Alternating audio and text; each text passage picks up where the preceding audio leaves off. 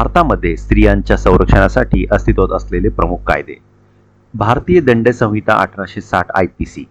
सध्या याचे रूपांतर BNS मध्ये झालेले आहे, म्हणजेच भारतीय न्याय संहिता.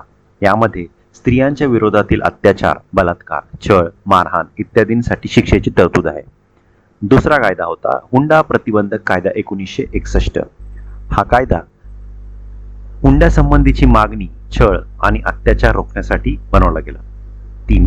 सती प्रथा विरोधक कायदा 1987. सती प्रथेस प्रतिबंध घालणारा कठोर कायदा. 4. स्त्रियांचे अश्लील प्रदर्शन प्रतिबंधक कायदा 1986. यात माध्यमात किंवा इतर कोणत्याही स्वरूपात स्त्रियांचे अश्लील प्रदर्शन रोखणारा कायदा आहे. 5वा कायदा घटस्फोट कायदा 1869. मुख्यतः ख्रिश्चन स्त्रियांसाठी लागू असलेला हा कायदा आहे. त्यानंतर कुटुंब न्यायालय कायदा 1984.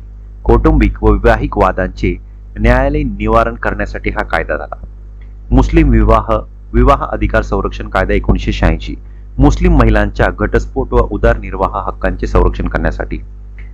पूर्व लिंग परीक्षण व लिंग निवड प्रतिबंधक कायदा PCP NDT ऍक्ट 1994. यामध्ये गर्भलिंग परीक्षण व स्त्री भ्रूण हत्येवर बंदी असा कायदा करण्यात आला. त्यानंतर डोमेस्टिक व्हायलन्स ऍक्ट हा सुद्धा यामध्ये आहे.